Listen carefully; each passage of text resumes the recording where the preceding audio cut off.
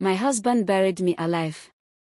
Not with sand and a shovel, but with silence, neglect, and a mother-in-law who treated me like a house help. For 5 years, I was a ghost in my own home. Nobody saw me. Nobody heard me.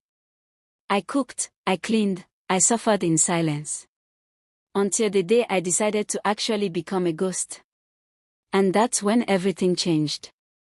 But before I tell you how I haunted my own husband and made him beg me to come back to life, please like and subscribe so you don't miss any videos, and comment where you're watching from. I want to know which part of the world this story has reached. Now sit back, relax, and let me tell you how a dead woman got her revenge. The sitting room was full of people, but I was invisible.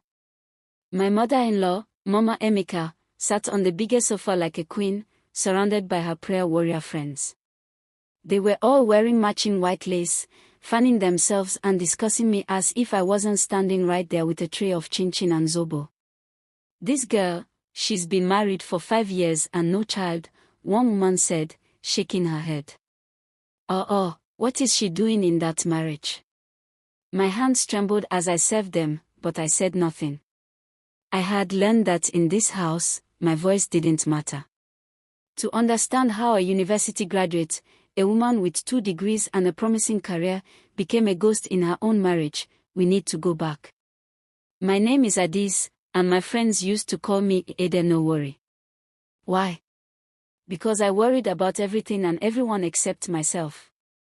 If you borrowed money from me and didn't return it, I would smile and say, it's okay, when you have it. If you insulted me, I would apologize for making you angry. My mother raised me to believe that a good woman swallows her pain like bitter leaf soup, without making a face. At work, I was the go-to person. My colleagues would dump their reports on my desk at 4:45 p.m. on a Friday and say, Adaeze, abeg help me finish this small thing. And I would stay until 9 p.m., finishing their small thing while they were at Quilocks, living their best lives. When Emeka proposed, my mother nearly fainted with joy. Adaeze, do you know how many girls are looking for husband? This one has job, he has car, his family has land in the village.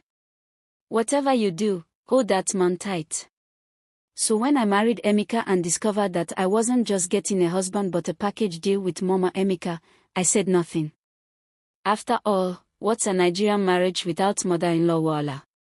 Emeka was a good man on paper. He worked as an engineer, earned well, and never raised his hand to me. But he had one problem, he was a mommy's boy. The kind that still called his mother every morning to say, "Good morning, mommy. Did you sleep well?" at 35 years old. His mother had raised him alone after his father died, and she reminded us of this sacrifice every single day. I suffered to train this boy. I sowed akara in the sun. I carried load on my head. And now that he has finally made something of himself, you people want to separate us. Nobody was trying to separate them, but Mama Emeka saw conspiracy everywhere. Mama Emeka was a retired headmistress, and she ran our home like a school where I was the perpetual dance. Nothing I did was ever correct. If I cooked jollof rice, it was too oily. If I made soup, it needed more salt. If I swept the floor, I missed the corners. If I greeted her in the morning, I didn't kneel low enough. She moved into our house 3 months after our wedding, claiming she was too old to live alone in the village. That was 5 years ago. She occupied the guest room and treated the entire house like her personal kingdom. One Saturday morning, I woke up at 5 a.m. to prepare breakfast. Yam porridge with plenty of fish, just the way Emeka liked it. I set the table beautifully, even added a flower in a small vase that I had bought with my own money. Mama Emeka came out first, looked at the table, and hissed. "You and this your decorations. Is this a hotel? Who told you we need flowers to eat food?" She pushed the vase aside and sat down. When Emeka came out, he barely looked at the food. He was scrolling through his phone, laughing at something. "Emeka, I made your favorite," I said softly. he replied, not looking up. Mama Emeka served herself a large portion and started eating. This porridge is too watery. Adaeze, didn't your mother teach you how to cook? I felt tears prick my eyes, but I smiled. Sorry, Ma. I'll make it better next time. That's what you always say, she replied. Better, better. When will this better come? Emeka said nothing. He just kept scrolling on his phone, eating mechanically, as if I wasn't sitting there, drowning. The real trouble started when year 2 came and went without pregnancy. Mama Emeka began taking me to different churches, different herbalists, different prayer mountains. Every Friday, we were somewhere, and I was being laid hands upon by someone claiming to have seen a vision. There's a marine spirit blocking your womb, one pastor shouted. Your grandmother is holding your children in the spirit realm, another one declared. I went through it all, drinking bitter concoctions, fasting until I fainted, attending vigils that lasted till 5 a.m. And through it all, nobody ever suggested that maybe, just maybe, Emeka should also go for a test. When I gently mentioned it one evening, Mama Emeka looked at me like I had cursed her entire lineage. What did you just say? She asked slowly. I just thought, maybe we should both check, so we can know. Know what? She cut me off. Are you trying to say my son is the problem? My son that is strong like a lion. Adaeze, you want to kill me. You want to give me high blood pressure and send me to my grave. Emeka just sat there, watching television, pretending he couldn't hear the conversation. That night, I cried myself to sleep. And for the first time, a dangerous thought entered my mind: what if I just disappeared? Things came to a head on our 5th anniversary. I had saved money from my small salary, money I had been hiding in my underwear drawer because I wasn't allowed to have a separate account. What do you need your own account for? Mama Emeka had asked. Are you planning to run away? In this house, everything is family money. I used that money to buy Emeka a wristwatch he had been admiring for months. I wrapped it beautifully, cooked a special meal, and wore the red dress he had once said he loved. When Emeka came home that evening, Mama Emeka was in the sitting room watching her Yoruba movies at maximum volume.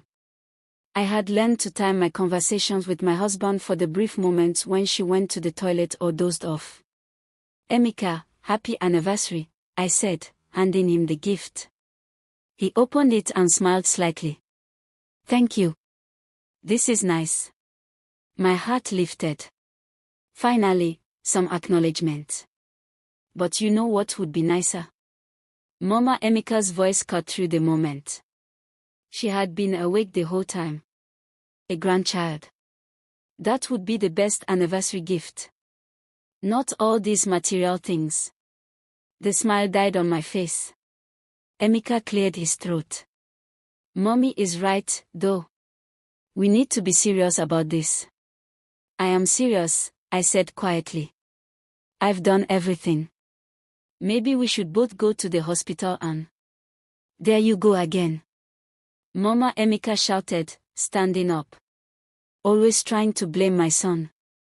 You know what your problem is, Adaeze? You're selfish. You're thinking about wristwatches and anniversaries when you should be thinking about giving this family an heir. I felt something inside me crack. Mama, I'm not trying to blame anyone. I just want us to know what the problem is so we can solve it together. The problem is you, she screamed. You and your bad luck. Maybe you did something in your past. Maybe you aborted a pregnancy before you married my son. That's why your womb is closed. I gasped. I have never done such a thing. Then why are you barren?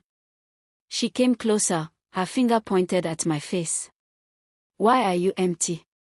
Why are you useless? I looked at Emeka, waiting for him to defend me, to say something, anything. He just stood there, looking uncomfortable, like this was a minor inconvenience he had to endure. That's when I knew. I was truly alone in this marriage. I walked to our bedroom, packed a small bag, and left the house that night. I didn't tell anyone where I was going because I didn't know myself. I checked into a small hotel in Oja, paying for 1 week with the little money I had left. For 3 days, I didn't turn on my phone. I just lay in bed, staring at the ceiling, feeling nothing. On the 4th day, I finally switched on my phone. 47 missed calls. But here's the interesting part, only 3 were from Emeka. The rest were from his relatives, people who had never called me in 5 years, suddenly concerned about where I was. I didn't call back. Instead, I did something crazy. I called my friend Kechi, a makeup artist, and told her my plan. "Adaeze, are you sure about this?" she asked, laughing but also concerned. "Very sure," I replied. "It's time for me to die." 2 days later, Nkechi went to my husband's house, crying and wailing. She told them I had been in an accident in Benin, that I had died on the spot, and that my body was being brought back to Lagos for burial. Mama Emeka screamed. "Oh! This girl has finally killed me. How will I explain this to people? What will they say? That my son's wife died without giving us a child. Even in my supposed death, I was still a disappointment." Emeka was quiet. Later, Nkechi told me he just sat down, holding his head, looking lost. The wake was organized quickly. My family was confused because Nkechi told them I had traveled for work, so they didn't suspect anything. The church was full of sympathizers, people who had never said a kind word to me when I was alive. And in the midst of all this, I washed. I had come disguised, wearing a black gown, dark sunglasses, and a face mask, pretending to be a distant cousin from the east. Nobody recognized me. What I saw at my own wake shocked me. People were crying, but they were crying for the wrong reasons. "She was such a good woman," one woman said. "Always quiet, always respectful." I told her to try the herbal mixture I used, another added. But she didn't listen. Now see. Mama Emeka was the star of the show. She cried the loudest, rolling on the floor, shouting, "My daughter. They've taken my daughter from me." I nearly laughed out loud. This same woman had called me useless just a week ago. But it was Emeka's grief that surprised me most. He sat in a corner, quiet, but tears were rolling down his face. Real tears. At one point, his friend came to console him. "Guy, sorry but you'll marry again. You're still young." Emeka looked up, his eyes red. "I don't want to marry again. I want Adaeze." I just realized. I never really saw her. She was right there, and I didn't see her. Something in my chest twisted. But I reminded myself why I was doing this. I needed to stay dead a little longer. On the day of my burial, which was an empty coffin because, well, I wasn't actually dead, the pastor asked if anyone had any last words. Nkechi stood up and said, "Adaeze left a letter. She wanted it read today." The church went silent. She opened the envelope and began to read in a clear voice. "To my husband Emeka. If you're hearing this, it means I'm gone. And I want you to know that I don't blame you for my death. I died a long time ago, actually. I died on the day you chose your mother over me for the 100th time. I died when you let her call me barren, useless, and a waste. I died when you sat there, silent, while I was being buried under expectations I could never meet. I loved you. I really did. But love without respect is just slavery with better packaging. To Mama Emeka. You won. I'm gone. Now you can find a wife for your son who will give you grandchildren. I hope she has a tougher skin than I did. She'll need it. To everyone else. If you're wondering what killed me, it wasn't an accident. It was silence. The silence I kept, and the silence kept around me. I hope my death teaches you all something. Marriage is not a grave. A woman is not a baby-making machine. And love without kindness is just cruelty with a ring. Rest in peace to the adaeze you all knew. The one who smiled through pain. The one who never complained. She's finally free. By the time Nkechi finished reading, the church was in chaos. Women were crying. Men were shifting uncomfortably. Mama Emeka had collapsed into a chair, fanning herself. Emeka just sat there, broken. I let them bury the empty coffin. I let them mourn for 2 weeks.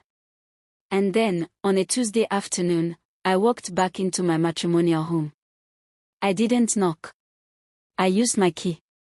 Mama Emeka was in the sitting room watching her Yoruba movies when she saw me. Her eyes widened. The remote fell from her hand. J.E. J.E. Jesus, she screamed. Ghost. Ghost. She ran into her room and locked the door. Emeka came out of the bedroom, probably to see what his mother was screaming about.